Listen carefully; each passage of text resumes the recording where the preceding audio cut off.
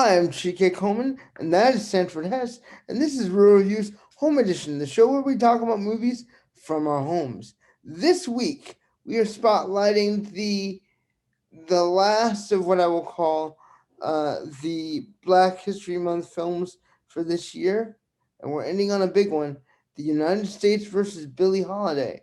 We'll also be talking about a film that I've never seen before until recently, Pulp Fiction, a Sanford favorite. The United States versus Billie Holiday is an easy film to describe with too much nuance in between. Billie Holiday, played by Andra Day, is having a big old court fight with the Bureau, let's call it, about her song Strange Fruit and what it brings about in the people that she's singing it for. They don't like her because they feel her music, in general, stirs up the establishment, but no more so than Strange Fruit. The whole movie is about the process of how she goes about fighting the government, continuing to believe in what she believes in, while also engaging in her unhealthy habits and coming out the other side, which unfortunately we all know at the end of it that she doesn't. Um, and the strength it took to do so, because they were trying to silence her voice. That's the plot of United States versus Billie Holiday. But I'm just going to start this off by telling you what I think. The plot is so generic and so basic, you would think that I would absolutely hate this film. But the thing is that Andra Day does something that I've only seen one other actor in my entire life do. And that other actor, just for reference, is Audrey McDonald. Is that she inhabits Billie Holiday in every aspect of her emotional process, in every aspect of her movement, and how she carries her voice, and the sass that she uses. All of it is there, right on the screen, and half of that is thanks to Day's incredible first-time performance of being an actor. She's mostly known as a singer for a song called "Rise Up" that was heavily featured over the last, let's say, year and a half, and she sells it. She makes us believe in Billie's fight, believe in Billie herself, despite the damage Billie is causing to herself and how she's alienating those around her. It's a magnificent performance, and if anyone else were in the role, this movie would fall flat on its face. I think that if Andrew Day does, and forgive me for using this term, the Chadwick Boseman route of bringing earnest honesty to public figures and also telling stories about her own life that matter more to her, whether that be in music or in film, then she has a very long career ahead of her. Sanford, what did you think of the United States versus Billie Holiday? Well, I'm going to start by agreeing with you. I thought Andrew Day's performance was amazing. She, you described it as she inhabited Billie Holiday. I mean, she made you feel and understand where Billie Holiday was coming from in these situations where she was making decisions that, went against the grain of everybody else. Whether it's what choosing to sing, what she was told not to sing, whether it's going on tour through the deep south, whether it's moving from an abusive man to the next, or even having this relationship with the character who's the FBI agent. In all of these situations, she was making decisions of from who she was, and you believed it because of the performance. And the other positive thing I want to say about this movie is that the musical performances were great. I don't know. Did she sing the parts, or are these Billie Holiday recordings? Hmm. I don't know the answer to that All right. Well, either, unfortunately. yeah, I'll say this. I mean, I even if she didn't sing it herself, she brought a stage presence to the singing because of her experience that you felt like, this was a performance. And again, I always appreciate it. We've seen a number of these musical biopics recently. We saw Get On Up, we Hmm. saw Miles Ahead. I really appreciate it when these musical biopics actually take the time to show you long performances because, Yeah, hello, that's really what we're here to see. that's who the artist was, and you need to respect that part of the artist, not just the fact that they were Miles Davis or Billie Holiday or James Brown. Right. You got to be able to believe what they did. Now, Uh, with that as the positive, I want to also agree with what you said that if it were not for Andrew Day, this movie would fall apart.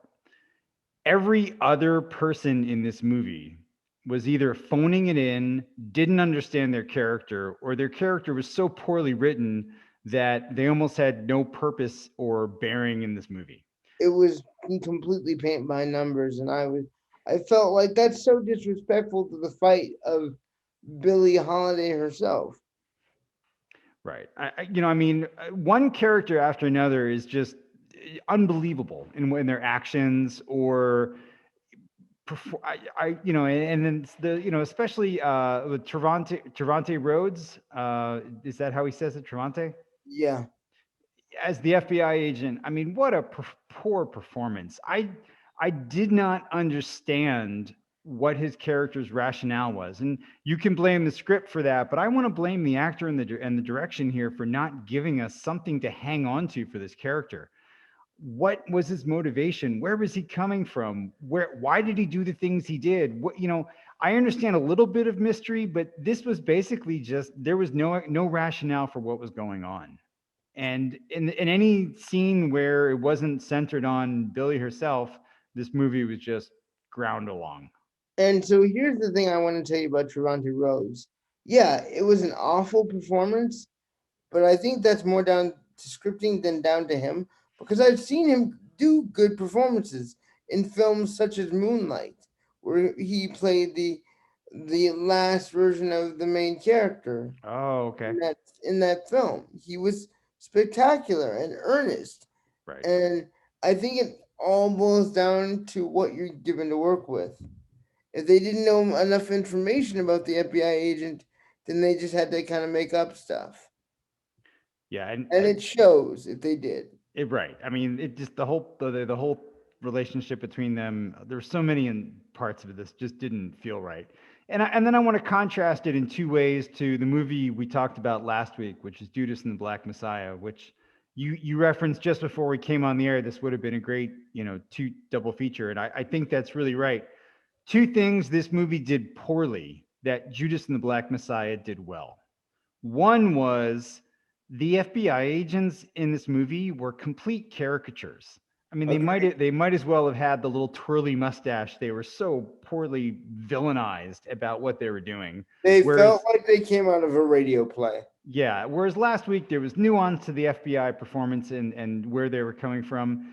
And then the other thing I want to note, and I forgot to point this out last week, Judas and the Black Messiah had a love interest, but the love scenes were PG. I mean, there was no need to go over the top, and that made it a much more accessible film for such a bigger audience. The love scene literally involved a cup of freaking coffee and a conversation about what one person valued over another person. And Right. that was it. That was the only real connection you needed to draw. And you knew that their ideologies were the same. In this, it's just gratuitous. It's gratuitous. It was absolutely gratuitous. I mean, I understand that they want to show that she's having these, she has this abusive relationship and stuff like that, but especially the love scene with Trevante Rhodes. I honestly, I almost turned my head away. It was just so, I don't want to say, it was over the top and it was unnecessary and it was just gratuitous. I like your phrase for it. So it speaks to me like you can do these kind of movies well. You can have a soft and gentle touch. You can get your point across with good acting and good scripts, or you can pound people over the head with, cliches. And again, I mean, I don't want to take away from Andre Day's performance, but basically the rest of this movie was just a piece of crap. Okay, so can I elaborate on my feelings on a director for Please. a moment, specifically Lee Daniels. He either hits hard and succeeds or falls flat on his face. And I don't know why it's one or the other, because he's made some incredible work. To name a few: Precious, The Butler with Forrest Whitaker, and now this. What I don't understand is he has such great context for what makes a black life be worth celebrating with anything that he does. But to spoil it with caricatures, gratuitousness, and lifeless performances makes me question why anybody ever allows him to direct in the first place. Because it's not the soul of the person. Yes, Billie was all of these things.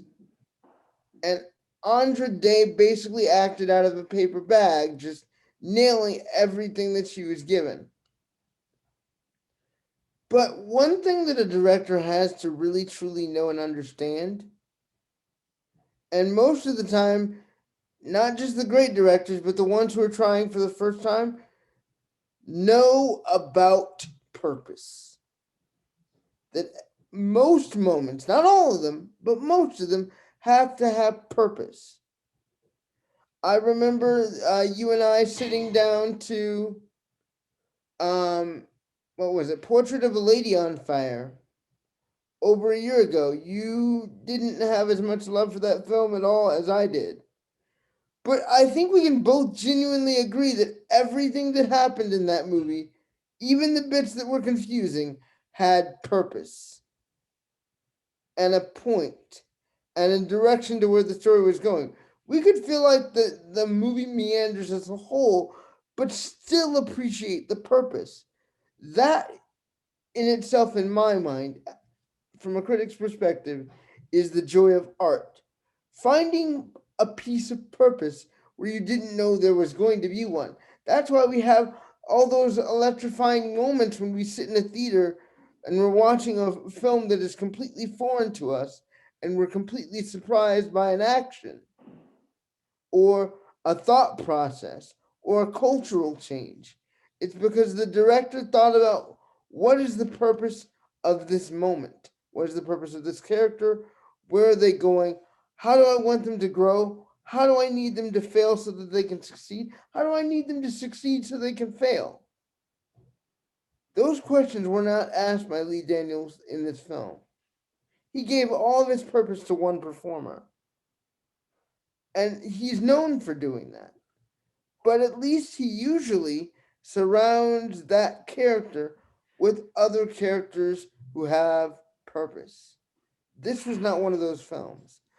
I wouldn't recommend it unless you really truly want to see Audra Day knock a performance out of the park. But even then, it's kind of a waste of time.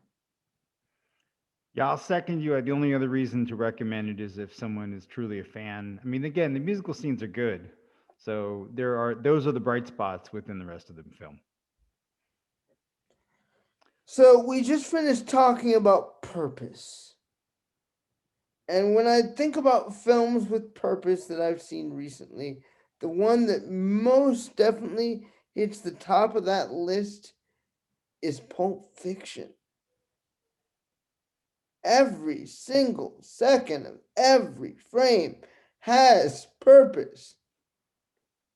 The dialogue crackles. But I'm not going to be able to summarize this movie in as cleanly a way as my co host, who's seen this movie multiple times, can, and he loves this film. I'll do So, my best. Sanford, please tell us about Quentin Tarantino's Pulp Fiction. Well, I'm going to keep it very brief. Pulp Fiction is a story predominantly about five characters. Marcellus Wallace, played by Ving Rhames, who is a gangster lead gang, who is the head honcho of a gangster organization, and Mia Wallace, his wife, played by Uma Thurman. And then two gangsters who work for him, Jules and Vincent, played by Samuel L. Jackson and John Travolta, and Butch, a fighter who has a deal with Marcellus Wallace that goes wrong. So this movie is essentially three small films about these five characters and the interplay among them. And the three films are pretty much one third, and one third of this movie. However, and intriguingly, they are told out of order. And I think this is absolutely one of my favorite parts about this movie is that the film chooses to do the three pieces in such a way that the middle the piece at the end of the movie happens actually in the middle, and the piece in the middle actually happens sequentially at the end. But as the audience, this disjointed nature really works in this film. And in fact, the movie begins with a very short scene which ties into the ending. So there's a wonderful circularity to it. Now, I'm not going to say too much more about the interplay among the characters, except to say that they're gangsters, things happen, violence ensues, there's drugs, there's some sex, so some foot massages, and a whole lot of awakening. And what was the phrase you just used, GK, of what a great movie is? Purpose. There's a lot of purpose. And in some ways, the movie is the growth of Samuel Jackson's character discovering his own inner purpose. I think in one way you can make an argument that that's the arc of this film. You can, and it's amazing. Yeah. So, but basically, ultimately, in the end, this movie's about, as Chike already alluded to, it's about the dialogue. This movie's about style. This movie is about a writer-director who was coming pretty much into his second film, where he had the freedom to finally really make his vision on the screen. And this film has a unique and different tone that set Quentin Tarantino's career forward from this point, because every one of his movies afterwards essentially stuck to the same 3 hour, 2.5, 3 hour, a lot of characters interplaying, mini scenes. This set the tone for the rest of his career. But especially when it came out, it was such a novel and different feeling film that it truly was revolutionary. And that is my summary of this film. All right. Where do I even go with that? That's so damn good. Folks, I'd never seen Pulp Fiction. I'd seen clips, of course. Royale with cheese. The killing from the bathroom, which is amazing. Oh my god. I knew nothing. And I have to say, after watching this movie, what the hell was I doing with my life? It's amazing. It's so great. There's comedy every 3 minutes from someone. Dialogue choices that are going to make you wince or laugh or say, huh? Just everything about this movie is amazing.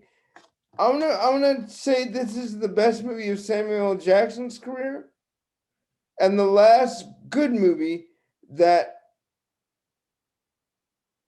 second to last good movie that John Travolta made. Because the last good movie he made, to me, is Face Off. Oh yeah, well, Face Off's a good movie with Nick Cage. Yeah. But I love Bruce Willis's character in this movie. I love Samuel L. Jackson and his constant religious epiphanies and how he uses them to continually carry out his job.